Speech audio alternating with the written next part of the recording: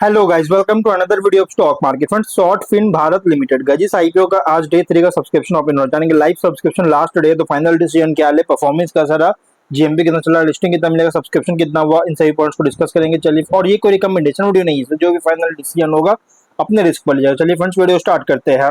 तो guys, IPO 16 को open हुआ था और 20 जुलाई आज क्लोज किया जा रहा है। 3 डे आईपीओ 23 जुलाई का लिस्टिंग डेट, 10 रुपीज का फेस वैल्यू, 178 टू 187 रुपीज का प्राइस बैंड, 600 शेयर्स की lot size, fresh capital, book build IPO 90 crore, issue size 48 lakh shares issue किया गया। Choice equity broking market maker है, बीएसई एसएमई पे लिस्टिंग किया जा रहा है। अलॉटमेंट डेट है 21 जुलाई का, 22 को रिफंड रिलीज किया जाएगा, शेयर्स डिमेट अकाउंट में क्रेडिट होगा। ऑफर दिया गया है क्यूआईबी, एंकर इंक्लूड नहीं करेंगे, ऑलरेडी एलोकेट हो चुका है 19%, big HNI 9.5, small HNI 4.7, retail 33.2% offer दी गई है। रिटेल ओनली 2 लॉट अप्लाई कर सकते हैं, 1200 शेयर्स मिलेंगे, 2.2 लाख रुपीज पे करना पड़ेगा। Small HNI minimum 3 lot apply कर सकते हैं, 3.3 लाख रुपीज पे करना पड़ेगा। मैक्सिमम 8 लॉट अप्लाई कर सकते हैं, 9 लाख रुपीज पे करना पड़ेगा। Big HNI minimum 9 lot apply कर सकते हैं, 10.1 लाख पे करना पड़ेगा। मैक्सिमम कोई लिमिट नहीं है, लेकिन अगर 5 टाइम सब्सक्राइब होता है स्मॉल एचएनआई, बिग एचएनआई, जिस भी कैटेगरी में आपको मिनिमम लॉट होगा, जैसे small HNI only 3 lot, big HNI only 9 lot allotment होगा। अगर 5 टाइम सब्सक्राइब होता है तो 25.6 करोड़ का फंड रेज कर चुका है। लेकिन अगर हम इसके सब्सक्रिप्शन की बात करेगा, तो डे 2 डे सब्सक्रिप्शन अगर देखा जाए तो गाइस, कंपनी में अगर देखा जाए तो क्यूआईबी और स्मॉल एचएनआई अंडर सब्सक्राइब, बाकी बिग एचएनआई में ओवर सब्सक्राइब और रिटेल में फुल्ली सब्सक्राइब है, जो कि क्यूआईबी ओनली 13% सब्सक्राइब किया गया, 1.2 लाख शेयर्स बिड किया 2.3 करोड़ का।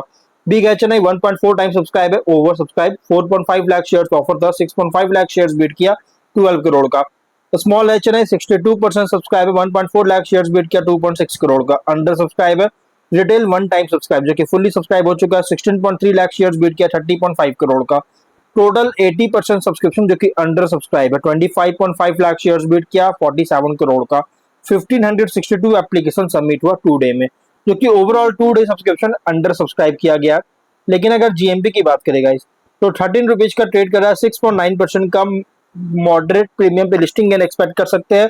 200 रुपीज का एस्टिमेटेड लिस्टिंग प्राइस, 7800 रुपीज का एस्टिमेटेड प्रॉफिट सिंगल लॉट में मिल सकता है।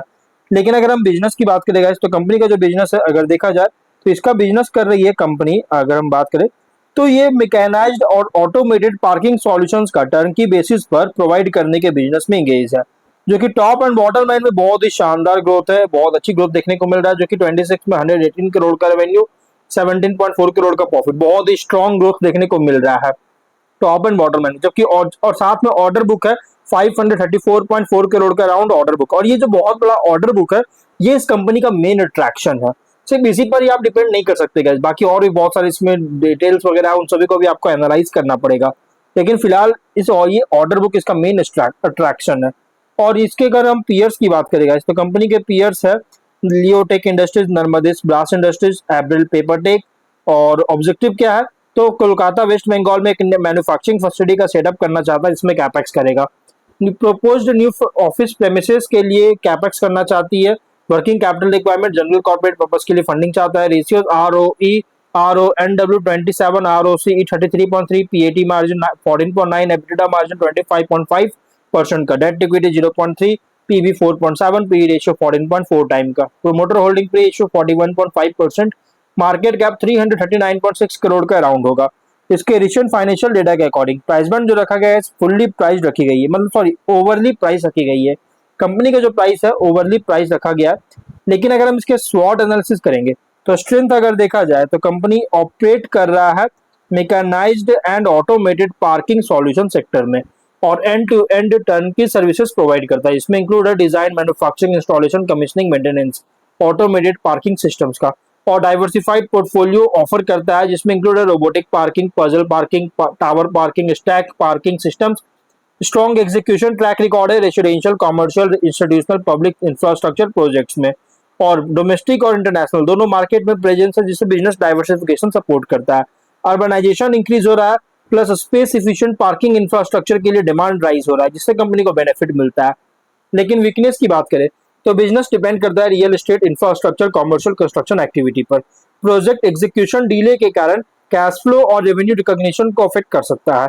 वर्किंग कैपिटल इंटेंसिव है, टर्न की प्रोजेक्ट एग्जीक्यूशन के कारण स्केल रिलेटिवली बहुत ही स्मॉलर है लार्ज इंफ्रास्ट्रक्चर इंजीनियरिंग कंपनीज के कंपैरिजन में। बिजनेस परफॉर्मेंस डिपेंड करता है टाइमली अप्रूवल्स और प्रोजेक्ट इनफ्लोज पर।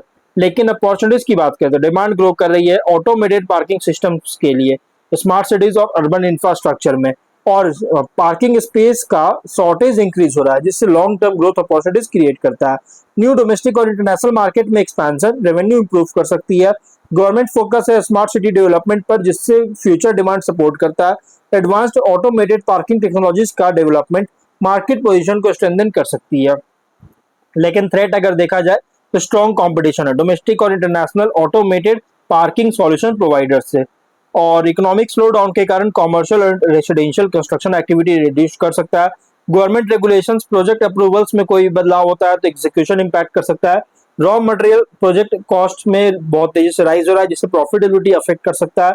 रैपिड टेक्नोलॉजिकल एडवांसमेंट्स के कारण कंटिन्यूअस प्रोडक्ट इनोवेशन रिक्वायर हो सकता है। पीयर कॉन्टेक्स्ट करेंगे तो ट्रेडिशनल पार्किंग इंफ्रास्ट्रक्चर कंपनीज के कंपैरिजन में ऑपरेट कर रहा है as a specialised provider mechanised और ऑटोमेटेड पार्किंग सॉल्यूशंस का। और अदर पार्किंग सिस्टम प्रोवाइडर के अगेंस्ट देखा जाए तो turnkey execution capability technology project experience और कस्टमर रिलेशनशिप पर कम्पीट करता है।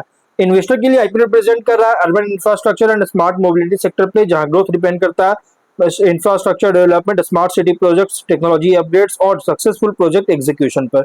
लिस्टिंग स्ट्रेटजी देखिए, लिस्टिंग इनके लिए अगर सब्सक्रिप्शन डिमांड स्ट्रांग होता है रिटेल एचएनआई क्यूआईबी हर एक कैटेगरीज में तो कंसीडर कर सकते हैं, लेकिन साथ में जीएमपी सब्सक्रिप्शन ट्रेड मॉनिटर कीजिएगा इशू क्लोज से पहले, मतलब फाइनल डिसीजन लेने से पहले। लॉन्ग टर्म के लिए उन इन्वेस्टर के लिए सुटेबल है जिनका पॉजिटिव आउटलुक है urban infrastructure automated parking solutions पर। लेकिन लॉन्ग टर्म के लिए लिस्टिंग के बाद आपको order book growth, project execution, profitability, technology adoption और न्यू मार्केट्स में एक्सपेंशन ट्रैक करते रहना होगा। ये इंपॉर्टेंट पॉइंट्स है। स्ट्रैटेजिक वर्डिक्ट लिस्टिंग के लिए अगर सब्सक्रिप्शन डिमांड जीएमपी सपोर्टिव होता है तो कंसीडर कर सकते हैं। लॉन्ग टर्म के लिए उन इन्वेस्टर के लिए सुटेबल जिनका लॉन्ग टर्म व्यू है smart infrastructure automated parking solutions पर। देखिए, फाइनल डिसीजन जो भी लीजिएगा अपने रिस्क पर लीजिएगा, ये कोई रिकमेंडेशन वीडियो नहीं है। तो गाइस वीडियो यहीं पे एंड करते हैं, अगर कोई डाउट है कमेंट बॉक्स में पूछे। मिलते हैं नेक्स्ट वीडियो में, टिल देन बाय बाय।